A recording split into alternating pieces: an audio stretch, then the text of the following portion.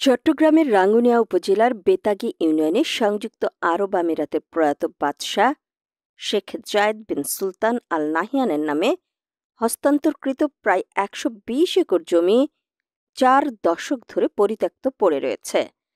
একসময় এতিমখানা ও সমাজসেবামূলক প্রকল্প গড়ে তোলার উদ্দেশ্যে জমিটি আমিরাত সরকারকে উপহার দেওয়া হলেও এখনো পর্যন্ত সেখানে কোনো কার্যক্রম শুরু হয়নি।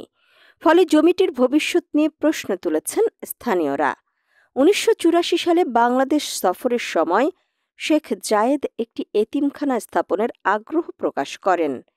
পরবর্তী বছর ১৯৮৫ সালে তৎকালীন সরকার বেতাগী ইউনিয়নের কাপ্তাই সড়ক ও কর্ণফুলী নদী বেষ্টিত এলাকায় জমিটি অধিগ্রহণ করে মাত্র ১ টাকায় আমিরাত সরকারের নামে হস্তান্তর করে। এরপর এলাকায় প্রাচীর, গেট, রাস্তা, বিদ্যুৎ ব্যবস্থা এবং হেলিকপ্টার অবতরণের অবকাঠামো নির্মাণ করা হয়। তবে প্রকল্পটি আর বাস্তব রূপ পায়নি। বেতাগী ইউপি চেয়ারম্যান শফিউল আলম বলেন, এই জমি দেওয়ার ফলে এলাকার বহু পরিবার বসতভিটা হারিয়েছে, ফসলি জমিও ক্ষতিগ্রস্ত হয়েছে। কিন্তু এত বছরেও কিছুই হয়নি। জনগণ এখন জানতে চায়, এই জমি দিয়ে আদৌতে কি হবে?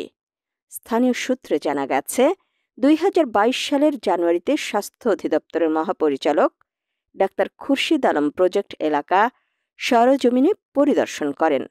সে সময় ৭,০০০ কোটি টাকার একটি আধুনিক হাসপাতাল ও নার্সিং ইনস্টিটিউট স্থাপনের প্রস্তাব ছিল। তবে তা আর অগ্রসর হয়নি। জমিটি অবস্থানগত দিক থেকেও গুরুত্ববহ।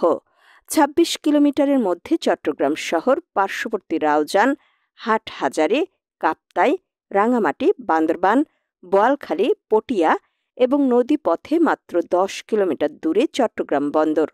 ফলে হাসপাতাল, মেডিকেল কলেজ কিংবা প্রশিক্ষণ ইনস্টিটিউটের জন্য জায়গাটি খুবই উপযুক্ত বলে মনে করেন সংশ্লিষ্টরা। এলাকাবাসীর মতে এত গুরুত্বপূর্ণ জমি এভাবে পড়ে থাকা কাম্য নয়। সরকারের উচিত জমিটির প্রকৃত মালিকানা, ব্যবস্থাপনা ও সম্ভাব্য ব্যবহার নিয়ে একটি স্পষ্ট সিদ্ধান্ত গ্রহণ করা। তাহলে এটি হয়ে উঠতে পারে একটি আন্তর্জাতিক মানের স্বাস্থ্য, শিক্ষা বা সমাজ সেবামূলক প্রকল্পের কেন্দ্র।